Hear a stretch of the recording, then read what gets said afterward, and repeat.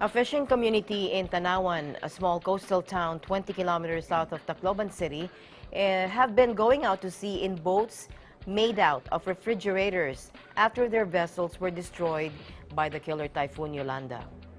Take a look. Fishermen have been picking out damaged fridges found amongst the rubbles after the super typhoon hit their town 12 days ago. And Jimmy Obaldo was the first to making his boat out of a fridge.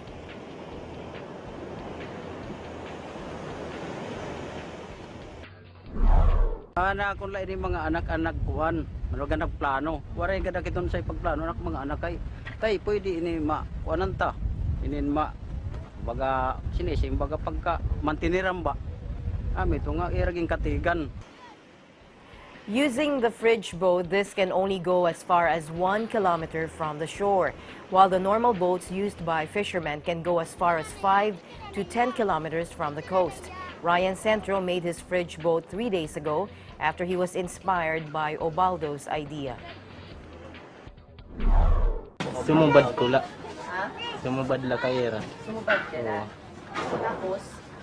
Nagsinagaya da kito na baluto. Para amin ito na ninaking gamit ba na kuhan. Pero sakayan, dagat para may catch da ba kami. For now, Tanawan's fishermen will continue using their fridge boats, as building a new lancha takes about 1 to 2 months.